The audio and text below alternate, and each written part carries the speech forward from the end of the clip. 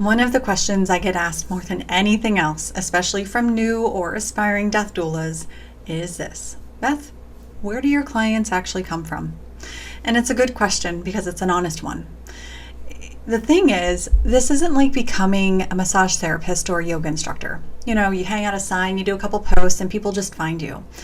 Death doulas live in this strange, sacred middle space where people, like most people, don't even know that we exist yet. So, first, let's get something out of the way. You can't help people if they can't find you. And yes, I'm speaking to you, aspiring or new or established death doula. And this is not coming from an ego place. This is service. And in this work, visibility isn't about being loud or salesy or trying the next marketing tip. It's about letting the right people know that you're here so that when death touches their lives, they know who to call. So the first step in any of this is attracting the clients by claiming your identity. Say it out loud. I am a death doula. And for some people, that's the hardest part because it feels big and it feels confronting, and I get it. But until you can say it with confidence, the world doesn't know how to listen. So the next time someone asks you, what do? You don't shrink down. You don't over-explain. You just say it. I am a death doula. And then pause. Let it sink in. Because what usually happens next is curiosity. People will often tilt their head, raise their eyebrows, and then they'll say these magic words. Wait, what is that? And that is your doorway. Not to sell, but to connect and to educate. So when you say something along the lines of, well, I support families and people through the dying process, emotionally, spiritually, and practically, you're not really promoting anything. You're planting an understanding. You're planting education. And when people understand what you do, they start to see who you help. And that's the foundation of your visibility. So how do we actually get found? Like once you own it, once you start speaking it out into the world, the next piece is being findable. And this is where creativity and connection meet. And let's start with the most grounded form of visibility, the in-person connection. So host your own events, death cafes, legacy nights, community talks, or think outside the box. I've seen people hold art nights about grief, film screenings about death literacy, and even full moon circles about letting go. Whatever it is. When you create spaces where people can meet you, they can hear you, and they can feel your energy, you build trust long before they ever become clients. And you're not selling anything. You're educating. You're holding space.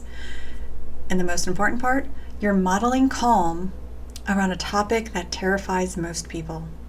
That is what people remember. Okay? The next is collaboration. Think hospice agencies, funeral homes, estate planners, grief counselors, other doulas. They're already serving the same people that you want to help. And most people want to refer to a doula. They just don't know who's safe, who's skilled, who's available, or even what they are. So reach out, introduce yourself, offer to teach a lunch and learn. Be the bridge between their world and what you hold. And yes, digital visibility counts too, which clearly you've already come to believe in because you're here watching me on YouTube. Now, here's the thing with social media. It's not about dancing around on TikTok or posting every day. It's all about creating these small windows into the work that you do. And that might be like a short post about what legacy work really means. It could even be a behind the scenes glimpse into how you prepare for a vigil or care for yourself after a hard day. Or it could just be a video about you talking and educating people about how to talk to your parents about dying. And you don't need to do all the platforms. Pick one or two. Pick one or two that you feel comfortable and natural on, whether it be YouTube, Instagram, Facebook, podcasting, even Discord, and show up as yourself consistently as yourself. You're not marketing a product. You're extending your presence. People are not going to hire you because you're polished. They're going to hire you because they feel safe in your energy.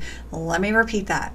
People don't hire you because you're polished. They hire you because they feel safe in your energy. And when your online content feels like your bedside manner, you're doing it right. You're doing it right. So this is the mindset shift that is going to change everything.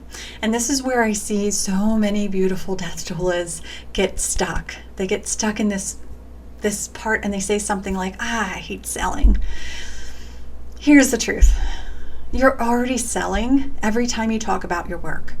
You are selling safety. You are selling peace. You're selling the pathway through one of the hardest transitions and things a human being can face. Selling is not manipulation. It is clarity. It's not pushing them into a yes. It's walking them into relief. When you approach a conversation from a grounded presence, you're not trying to get a client. You're offering a clear and compassionate next step. So for instance, before any discovery call, I take a couple deep breaths. I ground my feet into the grass and I remind myself I am here to serve, not to convince. Because the thing is, people can feel your energy before they hear your words.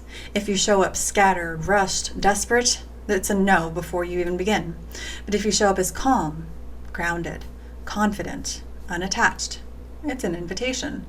And that difference, that's what turns the conversations into clients. So what does selling as a death doula really look like? And when someone reaches out, you can start like you would a friend. That's how I always start my conversations out. Hey, I'm so glad that we're connecting. Tell me what's been on your heart lately. And then let them talk. Let them tell you what's heavy, what's confusing, what they're scared of, and then reflect it back. It sounds like you've been having to try to hold this all together on your own. Or, whatever they come up with, like you're ready for things to feel more peaceful and you're not sure where to start. Yeah, that's a lot. Mind you, you're not fixing anything. You're witnessing. And then when you finally share your offer, it's like a continuation and not a pitch. So I find myself saying things like, well, based on what you shared, I think there's a way to make all this lighter for you. Would you like me to tell you how I work with families in situations like this? And then let them say yes or no. This is consent-based marketing. This is also trauma-informed selling. This is what makes the work sustainable for you and for them. So it's making sure that everyone feels held and safe in this.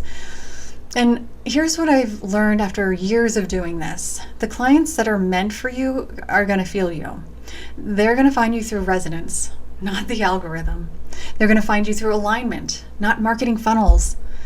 They can only find you, though, if you're visible. So own your role. Let your presence ripple out. Host the workshops, start the podcast, start collaborating, say, I am a death doula out loud, over and over and over again. And then when your visibility comes from service, not strategy, it never feels salesy. It feels sacred and it feels honoring. And yes, you can build a real business around this work. You can create stability doing something deeply meaningful.